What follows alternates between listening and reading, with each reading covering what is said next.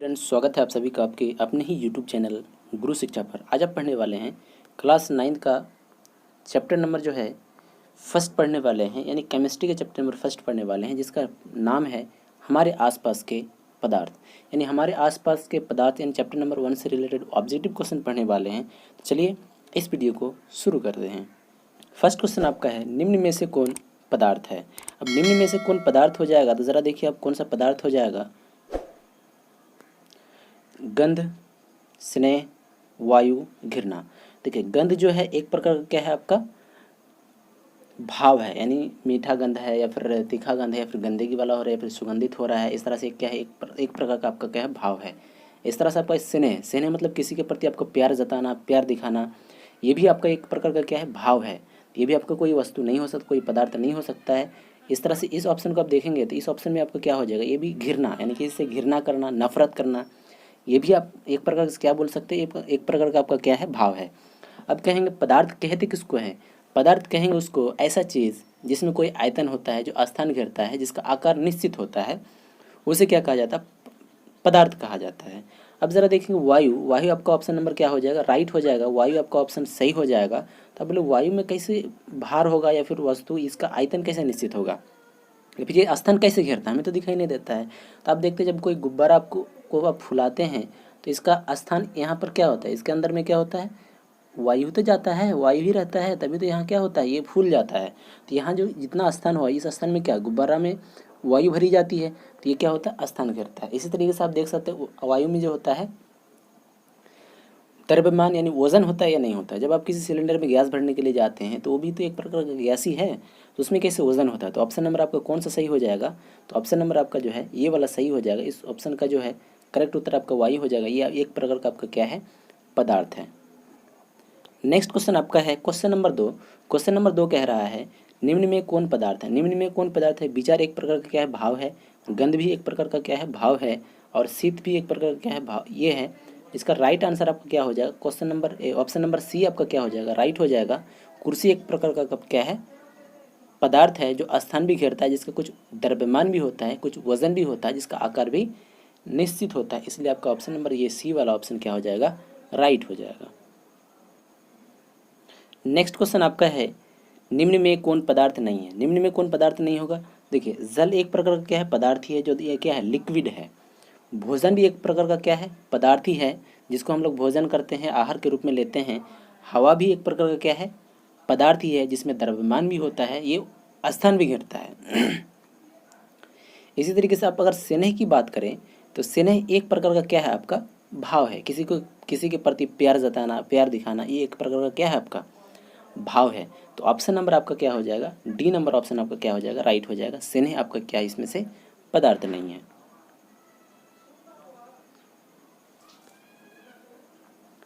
Next question आपका है question number 4, गैसों में विसरण का एक उदाहरण है। गैसों में विसरण का उदाहरण आपका क्या हो जाएगा, विसरण कहते हैं किसको, पहले ये जान लीजिए। विसरण कहने का मतलब है कि जब अब कोई गैस आपके रूम में लीक हो जाता है, तो ये लीक होने के बाद आपको दूर से ही पता चलता है आपके रूम में क्या हुआ है, गैस लीक हुआ है। कहने का मतलब विसरण कहने का मतलब है ये हवा के कण के साथ ये क्या होता है, मिल जाता है। किसके साथ मिल जाता है, हवा के कण के साथ मिल जाता है। उसी को क्या कहा जाता है, विसरण कहा जाता है। क्या कहा जाता है, विसरण कहा जाता है। क्या कहा, उसी को विसरण कहा जाएगा। कहने का मतलब है कि आपका जो है विसरण, कहने का मतलब है विसरण के कारण ही कोई भी जो गैस होता है, उस गैस का जो कण है हवा के साथ मिल जाता है, मिलने के बाद ही उसको इत्र का सुगंध हमको दूर तक सुनाई देता है, फिर हमको महसूस होता है। तो ऑप्शन नंबर आपका ये वाला क्या हो जाएगा, राइट हो जाएगा, इत्र के सुगंध का हवा में फैलना। नेक्स्ट क्वेश्चन आपका है क्वेश्चन नंबर 5, निम्नांकित में द्रव्य में कौन निश्चित होता है। द्रव्य का देखिए आकार इसका अनिश्चित होता है। द्रव्य का आकार कैसा होता है, अनिश्चित होता है। जैसे देखिए आप किसी चीज़ को ग्लास में रखेंगे तो ग्लास में उसका आकार इस ग्लास के जैसा बन जाएगा। किसी आप बाल्टी में रखेंगे तो इसका जो है इसका जो हो जाएगा आपका, इसका आकार हो जाएगा बाल्टी के जैसा हो जाएगा। अब जैसा बर्तन में रखेंगे वैसा इसका आकार बन जाएगा। वेग भी इसका कोई निश्चित नहीं होता है, आप जहाँ रखेंगे अपने वेग के अनुसार किधर भी जा सकता है। घनत्व इसका क्या होता है, निश्चित नहीं होता है, लेकिन इसका आयतन क्या होता है, निश्चित होता है। मान लीजिए 1 लीटर पानी है आपका, अब 1 लीटर पानी को आप एक गिलास में रखिए, एक बाल्टी में रखिए या एक बोतल में रखिए, 1 लीटर पानी आपका 1 लीटर पानी ही रहेगा, इसका आयतन क्या हो जाएगा, निश्चित रहेगा। ऑप्शन नंबर डी आपका क्या हो जाएगा, राइट हो जाएगा। नेक्स्ट क्वेश्चन है क्वेश्चन नंबर 6, निम्नांकित में द्रव कौन अनिश्चित है, यानी निम्नांकित में द्रव में क्या अनिश्चित होता है। तो ज़रा देखिए, इसका जो होता है आयतन निश्चित होता है, द्रव्यमान इसका निश्चित होता है, लेकिन इसका आकार क्या होता है, अनिश्चित होता है। आकार क्या होता है, अनिश्चित होता है, यानी इसको जिस बर्तन में रखा जाएगा उस बर्तन के जैसे अपना आकार बना लेगा। ग्लास में रखेंगे तो ग्लास के जैसा आकार बना लेगा, किसी बोतल में रखेंगे तो उस बोतल के जैसा आकार बना लेगा, यानी इसका आकार जो है निश्चित नहीं होता है। ऑप्शन नंबर बी आपका क्या हो जाएगा, राइट हो जाएगा। अगर नेक्स्ट क्वेश्चन की बात करें, क्वेश्चन नंबर 7, किसी अवस्था में यानी किस अवस्था में अणुओं की ऊर्जा जो होती है अधिकतम होती है। इस क्वेश्चन को जरा सब अच्छे से समझिएगा कि क्वेश्चन बहुत अच्छा है। इस क्वेश्चन को पूछा भी जाता है। मान लीजिए ये आपका ठोस है, ठोस में कण जो होता है सटा हुआ रहता है। क्या होता है, सटा हुआ रहता है। जो लिक्विड होता है उसमें थोड़ा सा हटा हुआ रहता है, जो लिक्विड होता है उसमें थोड़ा सा हटा हुआ रहता है। इसी तरीके से जो आपका गैस होता है, इसमें जो इसका बीच में कण होता है, ये आपका क्या होता है, बहुत ज़्यादा हटा हुआ होता है। यही कण जो होता है इधर से उधर मूव करते रहता है, यानी गति करते रहता है। यही इसका क्या है, ऊर्जा, यानी ये ज़्यादा गति करने लगता है। बीच में खाली जगह रहने के कारण इसमें जो होता है गति ज़्यादा होता है। तो गैस में जो होता है अधिकतम क्या होती है, ऊर्जा होती है। तो ऑप्शन नंबर आपका क्या हो जाएगा, सी राइट हो जाएगा। चलिए नेक्स्ट क्वेश्चन देख सकते हैं कि किस अवस्था में अणुओं की ऊर्जा सबसे कम होती है।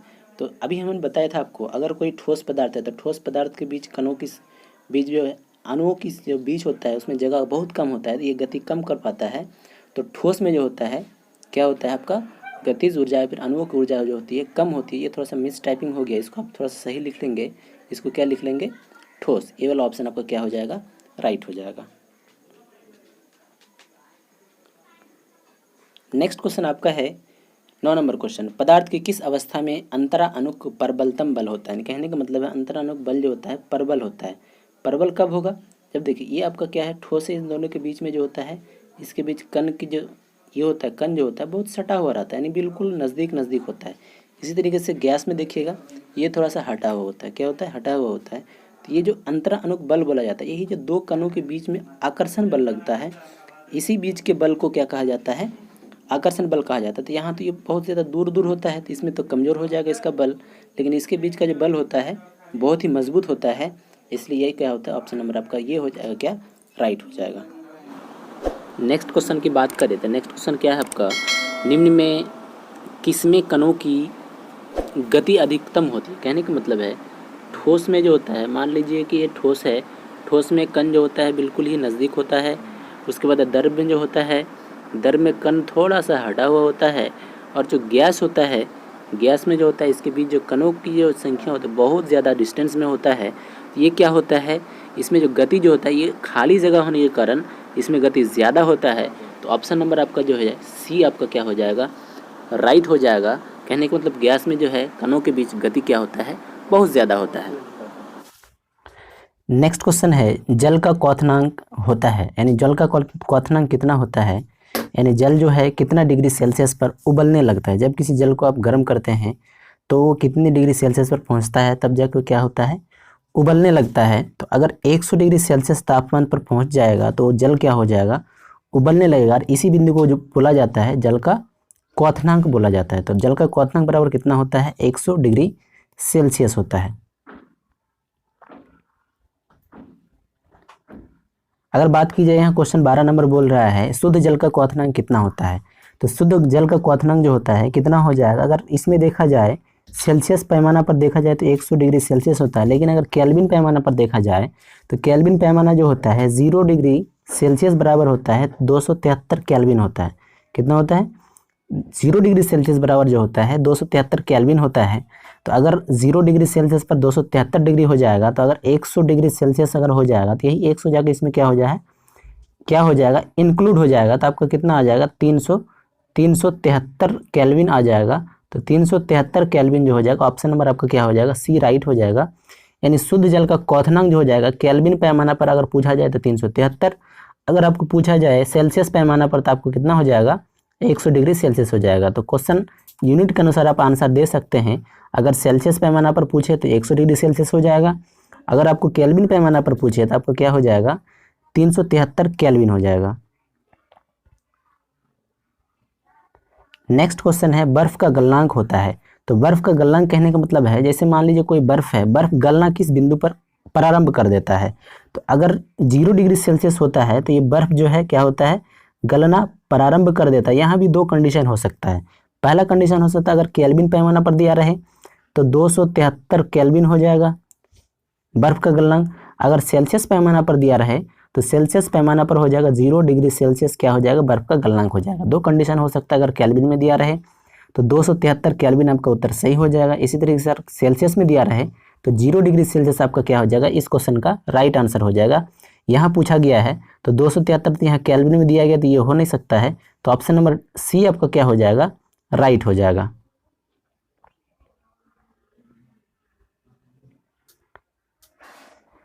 नेक्स्ट क्वेश्चन है 15 नंबर क्वेश्चन है, 300 केल्विन तापक्रम बराबर है। अब हमने पहले ही आपको बताया था कि 0 डिग्री सेल्सियस बराबर जो होता है आपका कितना होता है, 273 केल्विन होता है। तो यहाँ क्या बोला है, 300 केल्विन। तो 300 केल्विन बोला है, तो जब भी केल्विन से हमको जाना रहे, केल्विन से हमको जाना रहे कहाँ पर, सेल्सियस पर, तो वहाँ 273 घटा दिया जाता है। तो 273 को आप जैसे ही माइनस करेंगे तो आपका हो जाएगा, यहाँ से आप क्या करेंगे, एक ले लेंगे इधर, तो 10 में 3 घटेगा तो 7 हो जाएगा, यहाँ 9 में तो 7 घटेगा 2 हो जाएगा। तो आपका कितना हो जाएगा, 27 डिग्री सेल्सियस आ जाएगा। ऑप्शन नंबर ए आपका क्या हो जाएगा, राइट हो जाएगा। नेक्स्ट क्वेश्चन आपका क्या है, 573 तापक्रम जो होता है बराबर होता है। अब 573 दिया गया, मैंने पहले ही बताया कि अगर केल्विन पैमाना से सेल्सियस में जाना रहे तो इसमें कितना घटाना होता है, 273 को घटा देना होता है। तो 3 में 3 घटेगा 0, 7 में 7 माइनस करेंगे तो 0 हो जाएगा, 5 में 2 माइनस करेंगे तो क्या हो जाएगा, 3 हो जाएगा। 300 डिग्री सेल्सियस आपका क्या हो जाएगा, राइट आंसर हो जाएगा। तो आपका ऑप्शन नंबर क्या हो जाएगा, सी राइट हो जाएगा। नेक्स्ट क्वेश्चन आपका है 25 डिग्री सेल्सियस तापक्रम बराबर होता है। अगर सेल्सियस से आपको जो है कहाँ जाना रहे, केल्विन में जाना रहे, तो आपको क्या करना होता है, 273 प्लस करना होता है। तो केल्विन में दिया कितना है, 25 डिग्री सेल्सियस आपको दे दिया गया है, हमको जाना कहाँ पर है, केल्विन में जाना है। तो 273 आप क्या करेंगे, जोड़ देंगे। तो 273 जोड़ेंगे तो 5 3 कितना हो जाएगा, 8 हो जाएगा, 7 2 9 हो जाएगा, 2 आपका क्या हो जाएगा, 298 केल्विन आपका क्या हो जाएगा, राइट हो जाएगा। नेक्स्ट क्वेश्चन है 18 नंबर क्वेश्चन, 373 डिग्री सेल्सियस तापक्रम बराबर है। आपको पहले मैंने बताया कि अगर किसी को सेल्सियस से आपको बदलना है केल्विन में तो आपको कितना जोड़ना होता है, 273 जोड़ना होता है। तो इसको जैसे जोड़ेंगे 3 और 3 क्या हो जाएगा, 6 हो जाएगा, 7 7 14 के 4 हासिल 1, 3 2 5 1 6। तो आपका कितना केल्विन हो जाएगा, 646 केल्विन हो जाएगा। तो आपको ऑप्शन नंबर बी जो है राइट हो जाएगा, ऑप्शन नंबर बी यानी 646 केल्विन आपका क्या हो जाएगा, राइट हो जाएगा। अगर आपको सेल्सियस से केल्विन में जाना रहे तो 273 ऐड करना होता है, और केल्विन से अगर आपको सेल्सियस में जाना रहे तो 273 आपको क्या करना होता है, माइनस करना होता है। नेक्स्ट क्वेश्चन आपका है 19 नंबर क्वेश्चन, गर्म भोजन या इत्र की सुगंध यानी इत्र की गंध दूर तक किस कारण से फैल जाती है। कहने का मतलब है जो गर्म भोजन है, कभी कभी आप देखते हैं जब गर्म ताज़ा भोजन बन रहा होता है तो आपको दूर से ही पता चल जाता है कि यहाँ ताज़ा भोजन बन रहा है। लेकिन वही भोजन अगर आपका ठंडा है तो दूर से हमें मालूम नहीं होता, क्योंकि यहाँ जो होता है जब गर्म कर दे किसी भी कण को तो इसका कण जो होता है, इसके कणों के बीच की गति जो होता है ज़्यादा होता है, ज़्यादा मूव करता है। मैंने पहले ही बताया था गैस के बीच जो कण होता है थोड़ा सा हटा हुआ होता है, इसके बीच में खाली स्थान होता है जिसको अंतरा अनुक स्थान कहा जाता है। तो ये क्या करता है, मूव करते रहता है, गति करते रहता है। जब ये ताज़ा रहता है और ये गर्म रहता है, ज़्यादा गति करता है, ये जल्दी जल्दी जो है हवा के कण के साथ मिल जाता है। ये गति करके हवा के कण के साथ मिल जाता है। यही हवा जब हम तक पहुँचता है तो इसका जो गंध है या फिर इसका जो सुगंध है गर्म भोजन का हमें आसानी से दूर से ही मिल जाता है। तो ये किस कारण के होता है, तो ये किस कारण से हो जाएगा, ये जो होता है विसरण प्रक्रिया के कारण होता है। तो ऑप्शन नंबर ए आपका क्या हो जाएगा, राइट हो जाएगा। नेक्स्ट क्वेश्चन आपका है क्वेश्चन नंबर 20, 0 डिग्री सेल्सियस पर जल की भौतिक अवस्था क्या होगी। 0 डिग्री सेल्सियस पर अगर जल अगर 0 डिग्री सेल्सियस पर पहुंच जाता है तो जल जो होता है आपका जो है बर्फ बन जाता है। क्या होता है, 0 डिग्री में आपका जल क्या हो जाएगा, बर्फ बन जाएगा। 0 डिग्री से जैसे ऊपर चलने लगेगा तो धीरे धीरे वो तरल रूप लेने लगेगा तो आपका ऑप्शन नंबर डी आपका क्या हो जाएगा, राइट हो जाएगा। तो आज का ये लास्ट क्वेश्चन था। यदि आपको वीडियो अच्छा लगा तो चैनल को सब्सक्राइब करना ना भूलें और बेल आइकन को प्रेस करना ना भूलें। नेक्स्ट वीडियो जल्दी मिलने वाली है तो इसलिए चैनल को आप क्या करें, सब्सक्राइब जरूर कर लें।